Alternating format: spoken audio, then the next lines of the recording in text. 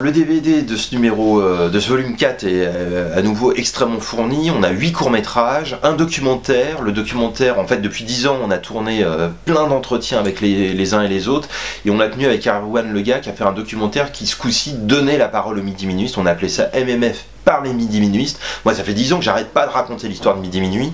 Et là, quelque part, ce coup-ci, je voulais m'effacer en fait derrière la parole des midi-minuistes eux-mêmes. Donc on peut retrouver Michel Camp, Jean-Claude Romer, Raphaël Marangeville, voilà 3 personnes qui ont disparu depuis les entretiens, et on tenait à leur rendre hommage, mais également Geneviève Camp, Gérard Laine, Noël Simsolo et bien d'autres, donc qui racontent la saga midi-minuiste sur 1 heure. Donc pour moi c'était très émouvant de retrouver toutes ces figures, parce que c'est vraiment un travail de 10 ans et c'est très étonnant même de le voir finalisé sous cette forme-là, avec ce documentaire. Parmi les 8 courts-métrages, alors là il y a des trésors, Insomnie de Pierre Etex. Je me demandais si ça allait être facile d'intégrer le film à cette anthologie de courts-métrages. C'est un film de vampire merveilleux, vraiment à mettre au panthéon du cinéma des vampires. Pierre Etex nous a quittés en 2016, j'ai contacté sa femme, Odile Etex, sur les bons conseils d'Éric Leroy du CNC. Alors moi je me demandais comment elle allait répondre à notre demande. Et ça a été un moment assez extraordinaire au téléphone. La première chose qu'elle m'a dit, c'est formidable, mais on se demandait justement quand est-ce que le volume 4 allait sortir. Quand on me répond une chose pareille, alors là moi je me dis, ok, j'ai même pas à expliquer ce qu'est Midi-Minuit, elle sait ce que c'est. Et évidemment quand je lui ai proposé d'intégrer le film, elle a été immédiatement partante et elle s'est réjouie du fait qu'enfin on allait révéler le fait que Pierre Etex, ce grand successeur de Chaplin, de Buster Keaton en France, ce maître du slapstick, avait aussi cet ancrage, ce goût pour le fantastique qui était assez méconnu ici. Et effectivement j'ai appris à ce moment-là que c'était un fou du cauchemar de Dracula, un fou des proies du vampire de Fernando Mendes, qu'il allait lui-même au midi-minuit dans les années 60 avec Jean-Claude Carrière, Jean-Claude Carrière qui est le scénariste d'Insomnie. Et donc voilà, il avait toute sa place dans cette anthologie de court-métrage, d'autant plus qu'Alain Lebris avait fait un texte dithyrambique dans le numéro 17 de Midi-Minuit à propos de ce film. On retrouve également F Futur, qui est un poème fétichiste absolument sidérant, un film de toute beauté. On a un autre film qui s'appelle La Maison du Juge, qu'on a cherché pendant 10 ans, on avait même perdu espoir de le retrouver. J'ai cherché dans toutes les cinémathèques, j'ai cherché chez tous les collectionneurs une copie de ce film dont m'avait parlé Jean-Pierre Guixou. C'était un film qui avait enflammé, enthousiasmé Jean Boulet à l'époque en 63-64. C'est un film tiré de Bram Stoker, La Maison du Juge, nouvelle qui venait juste d'être éditée et publiée par la revue Fiction à l'époque. Et Serge Fouquier, c'est un jeune cinéaste de 20 ans qui en gros fait un film amateur. Les défauts du film nourrissent vraiment sa beauté. C'est un objet non identifié, c'est-à-dire qu'on peut se demander de quelle époque ça date. On pourrait croire que c'est un film muet qui aurait été sonorisé récemment. On peut se demander s'il s'agit d'un film français, d'un film étranger. Enfin, c'est très très très bizarre et c'est vraiment effrayant en fin de compte. Sa bizarrerie contribue à son effroi. Et il y a eu vraiment quelque chose de magique pour nous sur ce film, donc on l'a cherché pendant 10 ans. Et au moment de boucler le DVD, alors qu'on avait abandonné tout espoir de le retrouver, je vois une annonce passer, un magasin du nord de Paris qui s'appelle Ciné BD, une copie à vendre. Alors là j'appelle tout de suite, j'achète le film, et on n'a même pas cherché à le voir, on l'a numérisé direct, on l'a mis, on l'a découvert sous sa forme numérisée pour le DVD, et on est très très heureux de pouvoir le mettre. On a un autre film de toute beauté qui s'appelle De mes amours décomposés de Jacques Zimmer. Jacques Zimmer qui est un midi-minuiste de l'extérieur, c'est-à-dire qu'il écrivait il a été rédacteur en chef de la revue du cinéma Images et Son, mais il était très proche de Michel Camp, de Jean-Claude Romer, de Eric Losfeld. D'ailleurs le film démarre par un remerciement à ces trois-là, et c'est un film éminemment midi-minuit, c'est-à-dire c'est presque un manifeste du midi-minuisme, en ce sens où il associe à la fois ce qu'il y a de plus noble dans la culture à l'époque, dans les années 60, c'est-à-dire la poésie du 19e siècle, parce que le film met en scène des poèmes ou des textes de Baudelaire, de Sade, de Lautréamont, de Lovecraft, et les met en scène en utilisant, en termes d'image, ce qu'il y a à l'époque de plus trivial, au contraire, donc la bande dessinée gore des éditions Warren, Creepy, Airy, Vampirella, et la bande dessinée pour adultes telle que vient de l'inventer Eric Losfeld avec la saga de Xam de Nicolas Deville et de Jean Rollin. On a un film également qui s'appelle Noviciat de Noël Beur, une fantasmagorie SM qui remet en scène cette figure chère à midi minuit qui est le voyeur, Peeping Tom, et qui le confronte à la vente fantastique, donc thème cher à midi minuit, mais en réinventant la vente fantastique sous les traits d'une sévère professeure de Jiu-Jitsu. Et ça, c'est tout un programme.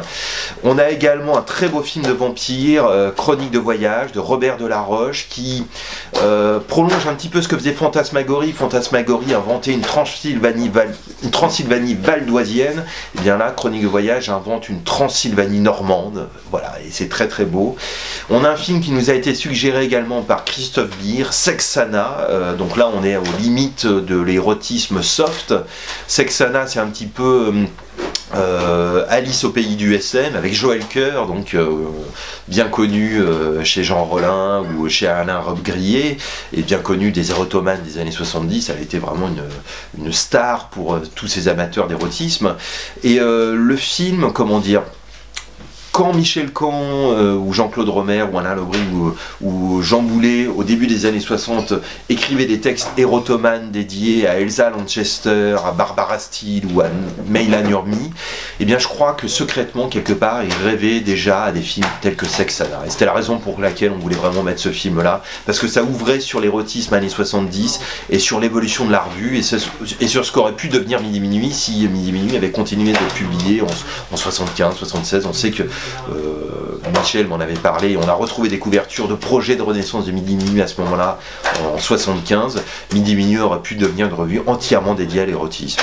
En 1972, Eric Losfeld annonce dans son catalogue du printemps la sortie imminente d'un numéro 25 de Midi Minuit avec Christopher Lee dans Les cicatrices de Dracula de Roy Ward Baker en couverture. Mais ce numéro ne va jamais sortir.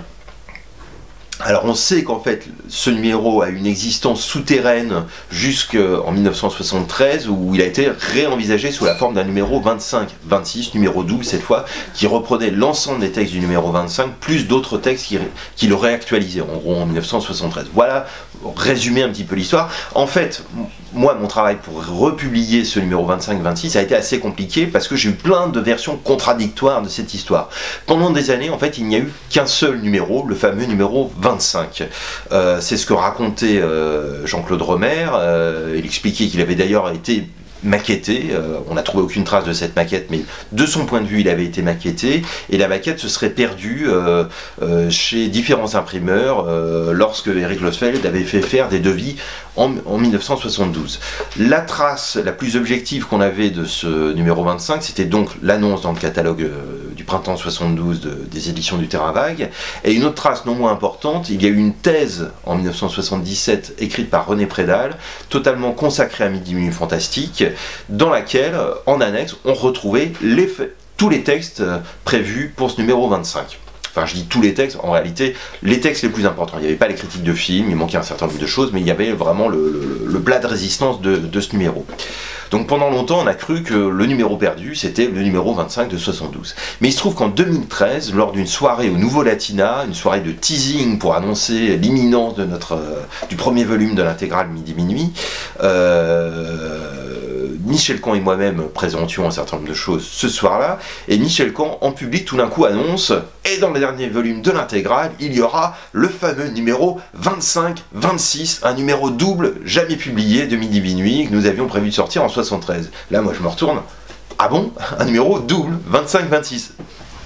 Grosse surprise, alors là je me demande est-ce que c'est un effet d'annonce, est-ce que Michel fantasme totalement la chose 50 ans après, enfin qu'est-ce que ça veut dire cette histoire? Alors, évidemment moi je lui pose quelques questions, mais alors le numéro 25-26 qu'est-ce que c'est que cette histoire? Il me dit oui on avait prévu de sortir le numéro 25-26 en 73, on avait des textes qui finalement sont sortis dans Zoom, d'autres textes qui sont sortis ailleurs, et puis il y avait un certain nombre de textes inédits, notamment Ma Femme, Geneviève, notamment de Jean-Pierre Bouixou, notamment Bernard Charnacé, une preview de Frankenstein et le monstre de l'enfer qu'il avait vu à Paris en 73, lors de l'avenue de Terence Fisher, enfin différentes choses comme ça.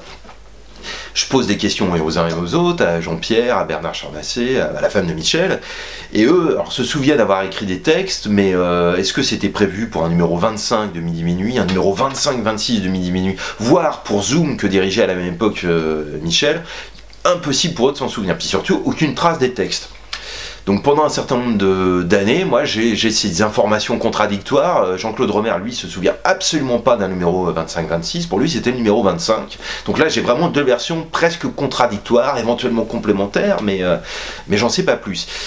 Et puis, des années après la disparition de Michel, je finis par trouver chez Michel, en faisant des recherches photographiques, parce qu'il avait toujours des archives énormes, je finis par tomber sur un dossier où il y avait juste écrit MMF dessus, et là des textes manuscrits, et je retombe sur ces fameux textes inédits. Donc il y avait une critique des diables par Geneviève, il y avait deux textes de Jean-Pierre Bouixou, un texte dédié à Russ Meyer et un autre texte dédié aux poupées maléfiques ou diaboliques de Raphaël Maronju, qui était un de ses amis, un collaborateur de Midi Minuit, qui était visiblement destiné à une rubrique art MMF, rubrique qu'on retrouvait vraiment dans les derniers numéros de Midi Minuit, dédié à différents artistes ou des peintres, ou des sculpteurs, ou des photographes, enfin différentes choses comme ça.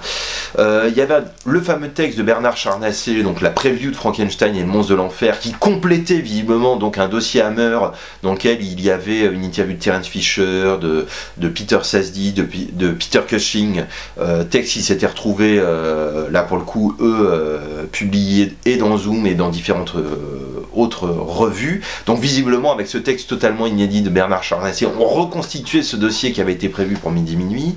Il y avait également une critique des Lèvres rouges faite par Bernard Charnacé. Et là, de toute évidence, on avait enfin corroboré la thèse de ce fameux numéro double 25-26, tel qu'imaginé par Michel, et qu'il n'avait finalement jamais abandonné. Alors là, je me suis dit qu'en fait, les deux versions coïncidaient, la version de Jean-Claude Romer en 72, et peut-être que de son point de vue, il avait totalement abandonné l'espoir de voir publier ce numéro en 73, tandis que Michel, lui, continuait d'y penser, continuait de constituer ce numéro, et donc voilà. Sauf qu'en 73, Eric Losfeld a été obligé de mettre grosso modo quasiment la clé sous la porte. Il n'a pas fait faillite en tant que tel, mais il ne pouvait plus rien publier, et donc le numéro n'a pas vu le jour.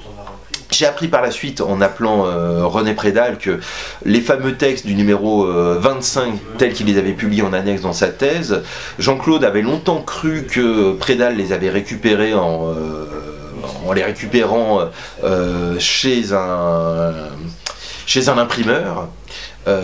Qui s'était débrouillé comme ça. En fin de compte, c'est Michel Caen qui les avait donnés lui-même à Prédal en 75, parce qu'avant 75, il avait abandonné tout espoir vraiment de republier la revue. Donc ce qu'on a fait, nous, pour ce dernier volume, j'ai reconstitué le sommaire qui me semblait être le sommaire le plus véridique de ce numéro double 25-26, et puis on a essayé de faire une maquette qui soit la plus dans la continuité des derniers numéros de la revue. J'ai fait tous les choix iconographiques, parce que là on n'avait aucune indication d'une quelconque sorte pour ça, et donc on a finalement fait le numéro rêvé, voilà, de Midi Minuit, pour essayer de boucler la boucle et voir pourquoi pas d'ouvrir sur le futur, tout simplement. Rien n'est impossible en fait par rapport à la suite. C'est vrai que dans le bouquin, je termine l'introduction en disant la chose suivante. Rien n'interdit de substituer au numéro perdu et désormais retrouvé, c'est-à-dire le 25-26 qu'on a enfin édité dans ce livre, un numéro rêvé, et donc pourquoi pas un numéro 27 dans le futur, c'est-à-dire une reprise de Midi Minuit par d'autres moyens, sous une nouvelle forme actuelle, avec une équipe actuelle. Oui, rien n'empêche d'imaginer ça. C'est pas une promesse en même temps, ce que je fais là. Pour l'instant, c'est un rêve. mais j'imagine qu'il y a des tas de gens qui pourraient participer à ce rêve sans aucun problème. C'est-à-dire que les midi-minuistes d'aujourd'hui, moi personnellement, je les identifie très bien, il y en a partout. T'en fais partie, Olivier. Des gens comme Bertrand Monico, comme Stéphane Duménildo, comme Philippe Rouillet, comme François Angelier. Voilà. Aujourd'hui, il y a des midi-minuistes dans la cinéphilie, un peu partout, dans des tas de médias. Je pense que tout le monde se reconnaît très bien là-dedans. Enfin, je vois, il suffit de voir la manière dont les uns et les autres ont accompagné pendant 10 ans cette intégrale pour comprendre qu'il y a cette espèce d'évidence. Donc, c'est vrai que rien n'empêche d'imaginer, je sais pas, un MOOC, ou un livre, en tout cas de décliner le midi-minuisme au présent. Puisqu'on est à l'état de rêve, poussons le rêve un peu plus loin, et pourquoi pas un cinéma à la gloire de midi-minuit, la renaissance du cinéma midi-minuit. Rien n'empêche de rêver, effectivement une renaissance d'un midi-minuit, c'est-à-dire la salle de cinéma, effectivement, mais là pour le coup ce sera pas moi, parce que ça je sais pas du tout faire ça, très clairement. Après je sais que j'en parlais l'autre jour avec Emmanuel Rossi, grand collectionneur qui a ce ciné-club privé que les Happy Few connaissent bien dans le nord de la capitale. Je sais que lui envisage, pourquoi pas, alors ce serait pas forcément le midi-minuit, mais en tout cas un cinéma dans Paris, de lancer quelque chose de cet ordre-là, qui pourrait être, oui, une continuation du midi-minuit aujourd'hui. Le retour du cinéma de quartier. Le retour du cinéma de quartier, voilà, exactement.